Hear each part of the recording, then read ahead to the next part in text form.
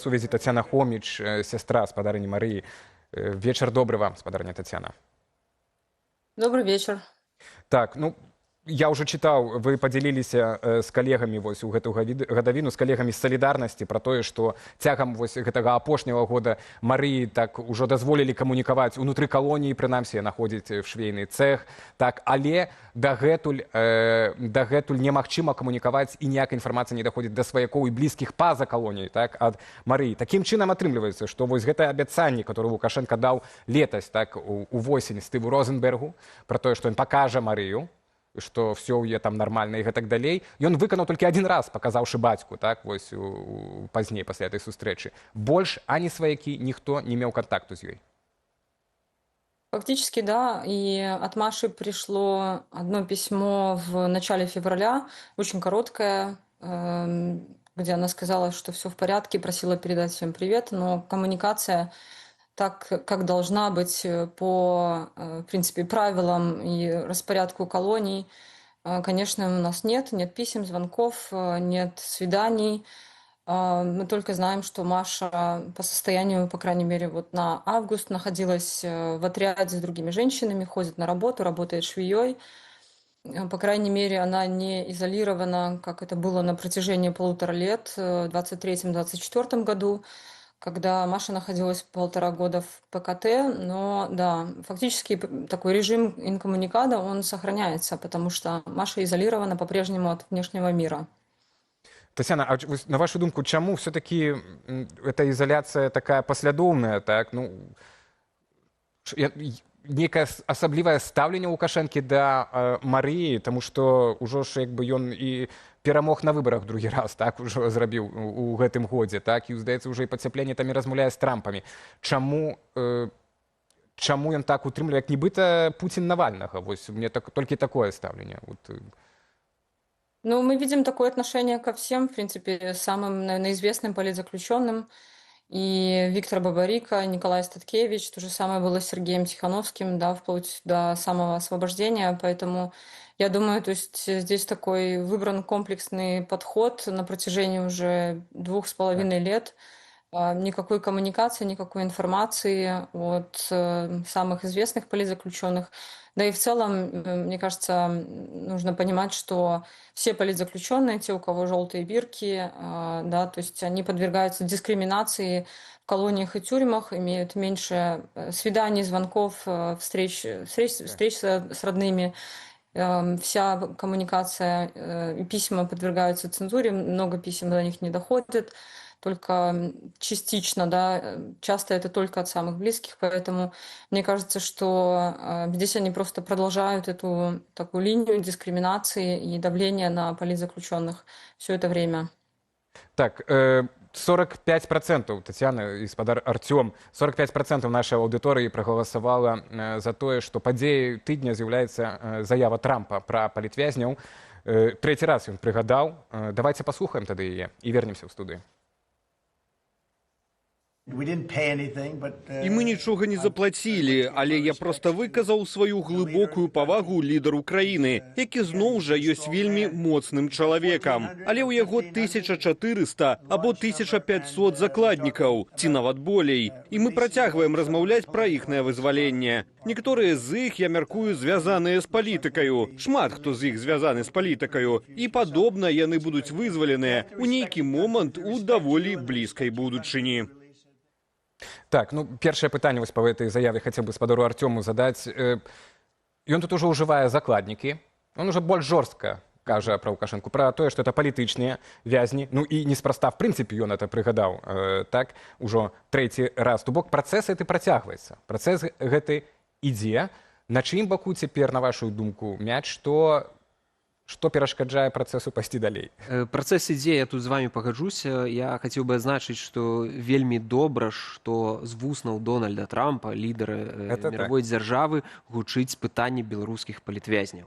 Гэта вельмі важна, і трымаць гэта на такім узроўні... Не Нікарагуа, не там менавіта беларускія палітвязні. Гэта вельмі важна, таму я думаю, што все мы ўдзячны Дональду Трампу за тое, што ён кажа і робіць для вызвалення беларускіх палітвязняў. Тое, што ён падкрэслівае гэтае пытанне, тое, што ён адзначае, называе іх уже закладнікамі і трымае, робіць тую адсылку пра людзі, што людзі звязаныя з палітыкай, гэта ў рыторыцы такі пераход ад больш залагоджвання да большага ціску. Гэта відавочна. І нават Дональд Трамп, які спрабаваў спачатку зусім лагодна размаўляць, зараз аказвае такі палітычны, можна медыйны, рытарычны ціск на Александра Лукашэнку, каб паскорыць той працэс, які, я лічу, таксама важны для Дональда Трампа ў тым сэнсе, што ён хоча вырашаць канфлікты на ўсёй планеце. І вызваленне беларускіх палітвязней гэта будзе велізарнае дасягненне для беларусаў, але і для самого Дональда Трампа. Так, ну и это масштабы, калі уявіць 1400 чалавек, это гістарычна таксама ў еўрапейскіх маштабах будзе здарэнне. А спадарня Тацяна, як вы ўспрынялі вось гэтую заяву Дональда Трампа? Ну, пры ўсім аптымізме мы ж таксама разумеем, што не кожная ініцыятыва, на жаль, Дональда Трампа заканчваецца поспехам. Вось, але што вы ў ёй пабачылі? Я думаю, положительный момент для нас и родных политзаключенных, и в целом всех белорусов, что на протяжении последних нескольких месяцев в повестке Трампа есть Беларусь, периодически упоминает в разных контекстах. То это было после визита Келлога в Минск, был звонок Лукашенко. Сейчас во время пресс-конференции, когда поднимаются разные темы, Беларусь в повестке, значит, процесс идет, и я считаю, что это очень положительный для нас всех момент. В принципе, наверное, нужно понимать, что в любом случае этот процесс переговоров, он сложный, он хрупкий, что-то может пойти не так, вопрос договоренностей, взаимных уступок, будет ли найден этот баланс между сторонами. И я думаю, что нам всем нужно запастись терпением, на самом деле, потому что это занимает время. И мы видим, что медленно, но этот процесс двигается. И ключевым, считаю, что все-таки был июнь, когда был освобожден Сергей Тихановский во время визита спецпосланника Келлога. И это говорит о том, что в целом освобождение любого белорусского политзаключенного возможно, хотя до этого казалось чем-то невероятным. Любого. Вы маеце на ўвазе, што то бок вось у гэтай партыі, пра якую кажа Трамп, і топы нашыя могуць выйсці, так, лідары пратэстаў? Няма нейкіх такіх умоваў. Безумоўна. Я лічу, што гэта цалкам рэальна, і я лічу, што што такая рыторыка Трампа, ён жа чалавек у тым ліку і медыйны. Вызваленне 400 чалавек, калі там не будзе медыйных і знакамітых персонаў, гэта таксама не тое, што ён бы хацеў. Я ўпэўнены, што калі нават гэта будзе адбывацца не адразу ўсе, а нейкімі партамі, у кожнай партыі будуць вельмі вядомыя персоны. Але мне падаецца, для Дональда Трампа вельмі важным бліжэйшым часам было б вызваліць нобелеўскага лаўрэата Алеся Беляцкага, а таксама пасля візіта прэзідэнта Польшы Наўроцкага у Злучаныя Штаты Амерыкі, таксама ён агучыў пра замежных грамадзян, хутчэй за ўсё ён успомніў пра размову пра Анджэя Пачобута. Так, ну і пасля была у Наўроцкага таксама сустрэча ў Ватыкане, пасля якой і быў затрыманы польскі манах. Так, вось такія запрашэнні да доўгу. Спадарня Тацяна, а вось вы разам з тым днямі якраз выдалі маніфест, які можна падпісаць кожны, так, каб прыспешыць, так, нібыта вось такая мэта, прынамсі, каб прыспешыць гэты працэс вызвалення палітвязняў. Ну і я прачытаў, што вот вы яго так абгрунтоўваеце, мы будзем заклікаць краіны Еўропы дзейнічаць і следаваць прыкладу ЗША, шукаць саступкі для выратавання жыццяў і людзей. То бок, на вашу думку, Евразвяз цяпер вот стаіць на шляху, скажем так, рэалізацыі вось этого ціску Дональда Трампа по вызваленню палітвязняў Беларусі. То бок, Евразвяз, я так разумею, цяпер тое, пра што нельга цяжка дамовіцца. Я думаю, что что должен наступить тот момент, когда такую эстафетную палочку возьмет и Евросоюз. Они сейчас внимательно наблюдают, на самом деле, уже с февраля, когда случился первый дипломатический визит американского дипломата в Минск, наблюдают за этим процессом, так осторожно, настороженно комментируют. Я думаю, что с точки зрения США это был такой тоже выверенный шаг освобождения европейских граждан, в том числе в июне этого года, чтобы они поддерживали этот процесс и не были против. Мы знаем, что еще очень, в принципе, много европейцев, да, вы только что сами сказали, что задерживали поляка буквально на этой неделе. Поэтому, да, это обращение к странам ЕС. Не только наблюдать за этим процессом, но начинать активные действия, гуманитарные переговоры по освобождению белорусских политзаключенных. Не ограничиваться резолюциями и теми словами поддержки, солидарности и глубокой озабоченностью. Для нас это сейчас вопрос для многих уже жизни и смерти. Напомню, что 13 человек погибли в белорусских тюрьмах во время заключения, либо сразу после освобождения от разных заболеваний, потому что им не была вовремя оказана медицинская помощь. Более 200 человек относятся к разным уязвимым группам. Это люди с заболеваниями, больше 70 человек. Люди с инвалидностью, пожилые люди, самому старшему политзаключенному 77 лет, Лепейко. И есть малолетние люди, семьи, где оба родителя находятся в тюрьмах.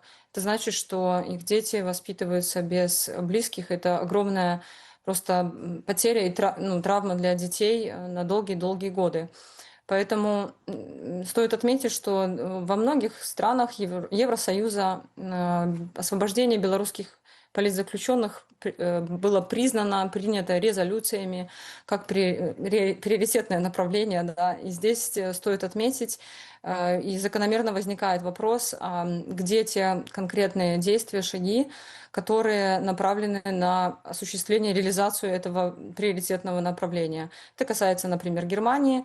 Такая резолюция была принята Бундестагом в конце 2023 года, но активных действий не было. И даже напомню, что в 2024 году был обмен между Западом и Россией, куда, например, не вошли белорусские политзаключенные. Поэтому есть разные механизмы, и есть переговорные треки, как мы видим сейчас, в США это работает. Есть конкретные шаги, уступки, которые интересны Минску, начиная с самых небольших, которые создают то самое доверие, необходимое для следующих шагов. Это длинный процесс, да. Понятно, выстраивание доверия через 5 лет таких сложных отношений с Евросоюзом займет время, но я считаю, что есть риск того, что да, не все политзаключенные будут освобождены в результате переговоров в США. Нужно это понимать. Плюс мы знаем, что далеко не обо всех политзаключенных есть информация у правозащитных центров.